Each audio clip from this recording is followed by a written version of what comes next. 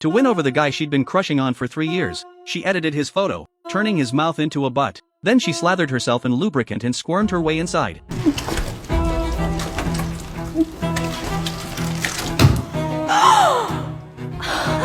Lisa was a sculpture major in art school. She'd been secretly in love with Jack, a guy in the same department. And just like that, 3 whole years slipped by. Over those long 3 years, her feelings for Jack gradually twisted into an obsessive fixation. She was always quietly following him, spying on every little detail of his life. She'd even pick up the toothbrush Jack threw away and take it home to lick it over and over. In her deranged mind, this was their own special form of long-distance intimacy. But sadly, Jack never once gave Lisa a second glance, because the girl Jack had his heart set on was this foreign exchange student with bleached blonde hair named Anna. You gotta say, Jack had some pretty unique taste. To confess his feelings to Anna, he spent 3 whole months hand-carving a nude sculpture of her. On the day of the sculpture exhibition, Jack was full of anticipation, certain he'd win Anna's heart. But when Anna saw that explicit plaster statue and compared it to her own unremarkable self, her expression turned ice cold. She called him a creep and stormed right out, and he never noticed Lisa watching him from the corner, her eyes burning with jealousy. Jack stumbled into the elevator heading home, his mind consumed with how to make Anna happy.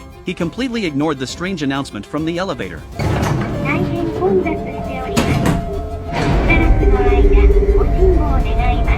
Jack kept calling Anna, his eyes glued to his phone screen. He totally missed the woman in the pink dress pressed against the glass outside the elevator. From this moment on, Jack's nightmare officially began. That elevator announcement was a subtle piece of foreshadowing by the director. Crowded didn't mean the space was crowded. It meant something malicious was closing in. Sure enough, while he was taking a shower, he suddenly noticed words appearing on the fogged-up bathroom glass out of nowhere. "I like you." Halfway through dinner, he felt something in his mouth he couldn't chew no matter how hard he tried. He pulled it out for a closer look, and it turned out to be a clump of curly hair. Jack was instantly overcome with disgust. He hunched over the kitchen sink, nearly throwing up his own bile. Right at that moment, a frantic pounding suddenly erupted from outside the door. Jack yelled through the door several times, asking who it was, but there wasn't a single sound from the other side. He forced down the fear rising inside him and reluctantly pressed his eye to the peephole.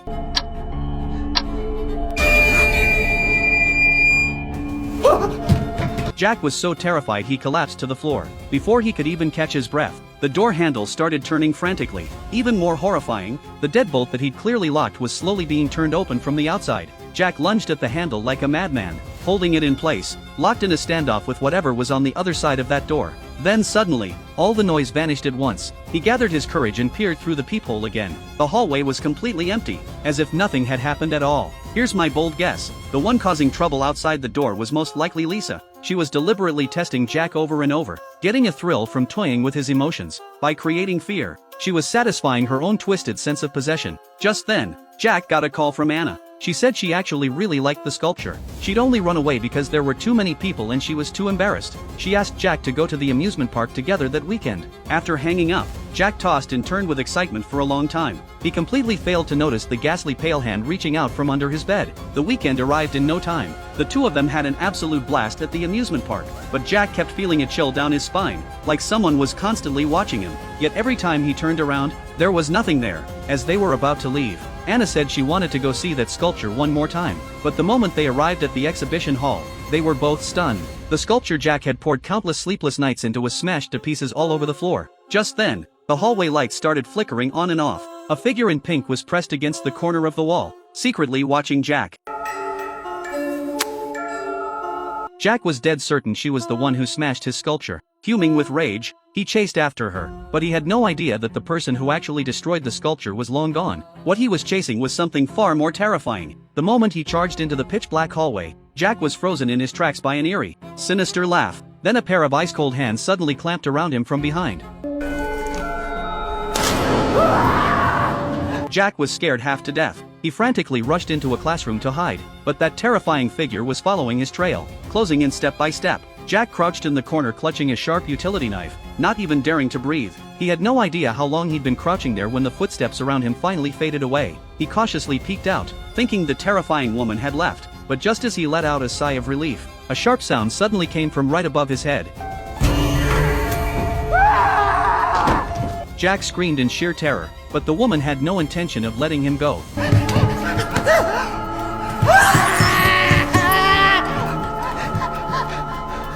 She yanked Jack straight up into the air. Then she leaned close to his ear and whispered, I like you.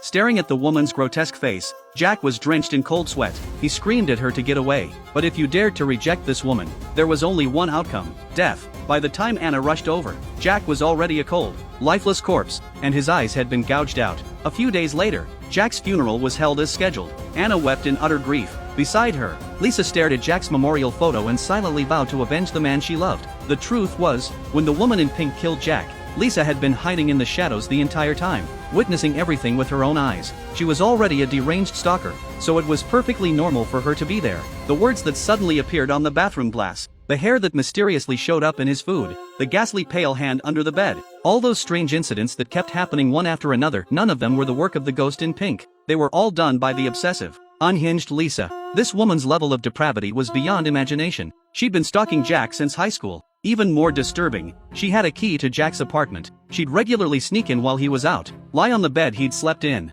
and breathe in the scent he left behind. The confession on the bathroom glass wasn't written by hand. She'd licked it on, letter by letter, with her tongue. The ghastly pale hand under the bed? That was Lisa too. She just wanted to listen to Jack's breathing and sleep beside him. This kind of love, twisted to the absolute extreme, just thinking about it is enough to make your skin crawl. To avenge Jack, Lisa threw herself into the school library. Day and night, she dug through old newspapers and dusty archives. She discovered that the eerie woman in pink was known locally as the Woe Woman. Years ago, a high school sophomore named Takuya had been killed. His death looked exactly like Jack's. The only difference was that a stalk of rice had been forcefully shoved into Takuya's mouth. The first person to discover Takuya's body was a man named Inuyama, who now worked as a waiter at a cafe. Following this lead, Lisa quickly tracked down Inuyama. After Lisa explained why she was there, Inuyama slowly began recounting a story buried by time. He told her that the Woe Woman was actually Sayuri. Sayuri was the most invisible girl in class, an overweight girl who'd been secretly crushing on Takuya, the most handsome boy in school. Takuya was a star on the field, a big man on campus, adored by all the girls. Sayuri was too insecure and timid to ever confess to Takuya's face. All she could do was pour her feelings into love letters and secretly slip them into Takuya's shoe locker. But she never expected that one of those letters would be found by a classmate. 阿久津拓也くんへいつも見ています。拓也くんの彼女になるのが夢です。好き大好きです。 The boys in class mocked and humiliated her relentlessly. They forced Sayuri to face reality, telling her that only if she lost weight and got plastic surgery would she ever be worthy of someone like Takuya. Sayuri hung her head low, not daring to say a single word back. Just when she wished the ground would swallow her whole, Takuya walked into the noisy classroom. He gently comforted Sayuri, telling her she didn't need to change who she was. Sayuri's eyes instantly welled up with tears. She looked up at Takuya, full of hope, but the very next second, Takuya dropped every trace of warmth. He looked at her coldly and said, "Why don't you just go die?" Then, right in front of her face, he ripped the love letter to shreds. One humiliation after another completely shattered Sayuri's self-worth. Driven to the depths of despair, she ultimately lost her life, but her death meant nothing to anyone. Instead, it became a joke people tossed around in casual conversation. Then, a week later, Takuya suddenly lost his mind. He kept begging for mercy, pleading with thin air. Finally, he ran screaming out of the classroom. By the time everyone found him, he was already dead in the rice paddy. A stalk of rice had been stuffed into his mouth. After hearing Inuyama's story, Lisa felt something didn't add up. Sayuri's hatred should have been directed only at Takuya. Why would Jack, who had absolutely nothing to do with him, also end up dead? To get to the bottom of this, she went back to the library. Before long, she uncovered another bizarre case. The subject of this case was a man named Issei, a total scumbag with a chaotic love life. The report detailed the entire incident. Issei and his girlfriend Savi were living together in a shared apartment. 5 people lived there in total, 3 men and 2 women. Behind Savi's back, Issei had already sweet-talked the other 2 girls into his arms, but his actual girlfriend Savi had no idea. One day, the group gathered in the living room to watch a horror movie together. The girl next to him kept screaming in fright. Issei casually stroked the hair of Savi beside him, muttering that the movie wasn't scary at all. But when he looked down, he realized Savi had already passed out drunk on the floor. So whose hair had he just been stroking?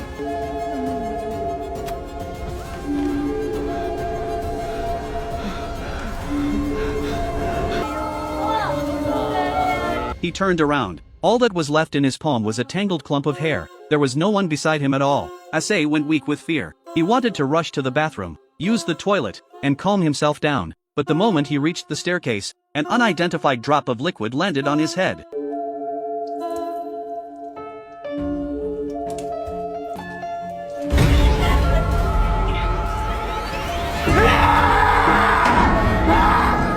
Issei was scared out of his mind. He dove into the kitchen to hide, but the woe woman had no intention of letting him go. Like a clingy maggot, she slowly squirmed her way over to Issei.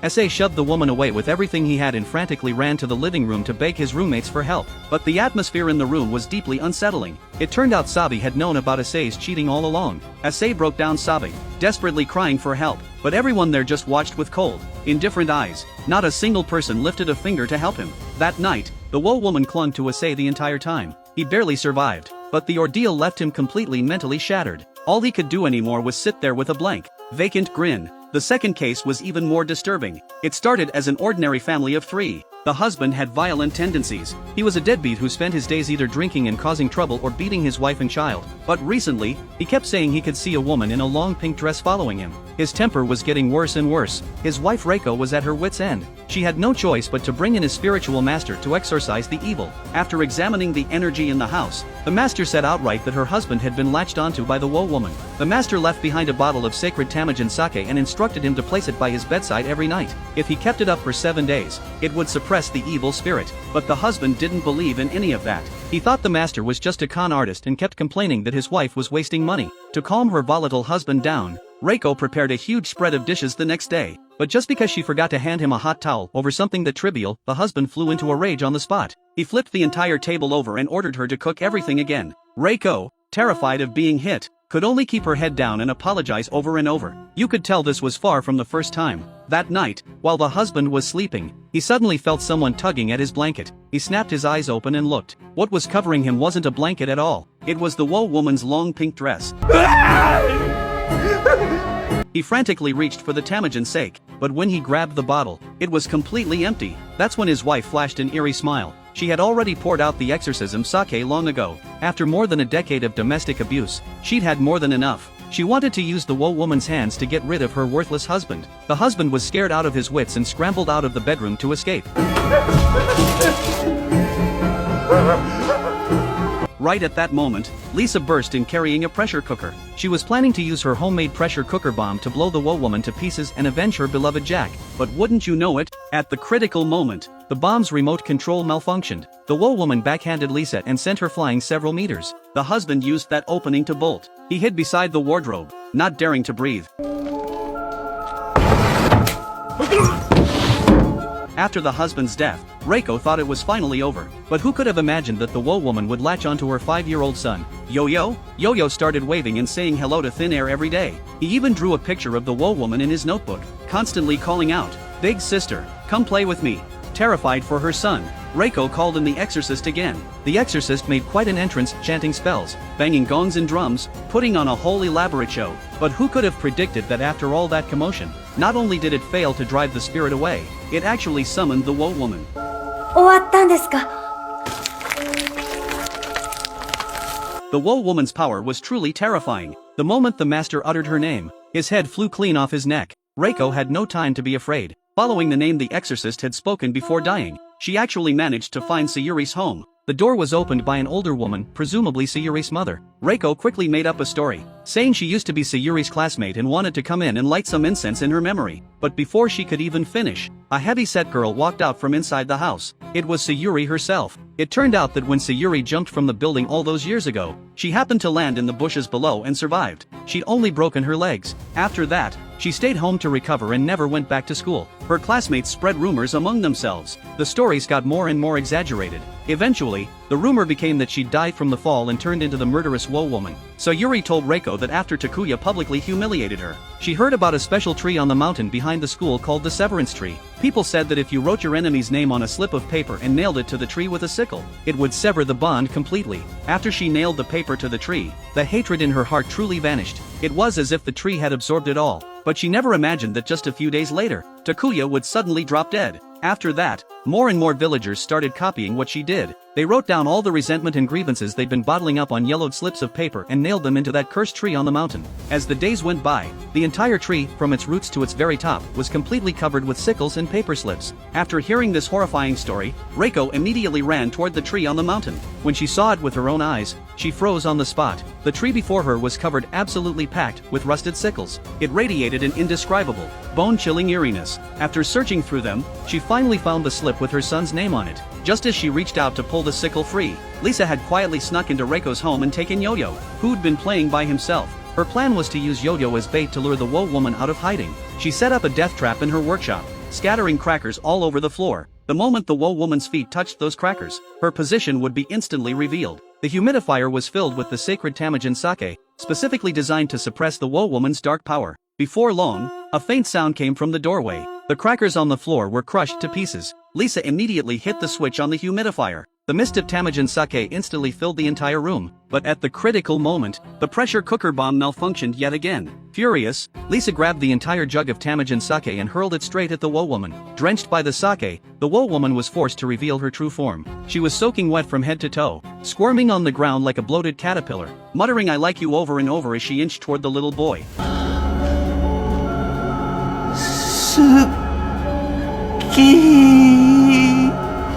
僕も大好きだよ。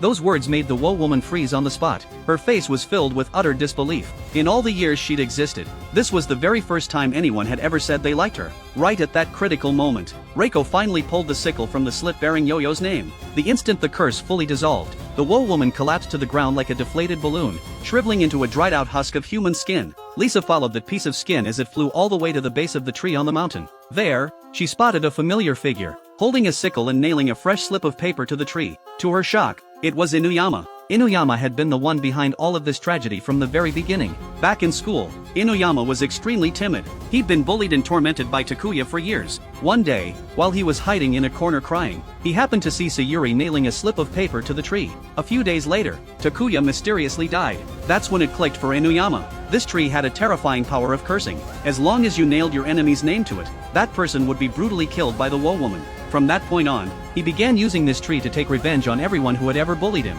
Watching them die one by one, his heart grew darker and darker. Whenever he saw a happy couple, he'd nail the boyfriend's name to the tree. That's exactly how Jack died. Even a 5-year-old boy, just because he was close with a little girl, ended up on Inuyama's hit list. When Lisa finally learned the whole truth, an icy fury surged behind her eyes. She raised the modified pressure cooker bomb and slammed it into the tree with everything she had. With an ear-splitting explosion, the entire tree was blown to smithereens. Rusted sickles flew in every direction. The eyeballs that had been harvested over the years came rolling out from deep within the trunk. Inuyama, standing right beside the tree, was pierced all over by the flying sickles. The sharp blades he'd spent decades nailing into that tree all came back for him in the end. And that's where the story ends. A lot of people probably assumed by the end that Lisa was a devoted lover seeking righteous vengeance, but peel back the layers of her sick obsession, and you'll understand. She was never some righteous avenger. What she truly resented wasn't that the Woe woman had killed Jack. It was why did this twisted, evil creature get to steal the man she'd been obsessing over for 3 whole years? Jack never belonged to her, but in Lisa's warped sense of possession, Jack was her private prey. The Woe woman was merely an intruder who'd stolen what was hers. Her so-called revenge was nothing more than a hysterical meltdown, the fallout of an unrequited love that went nowhere and a possessive delusion that finally collapsed. Alright, that's it for today's story. I'm Jack. See you next time.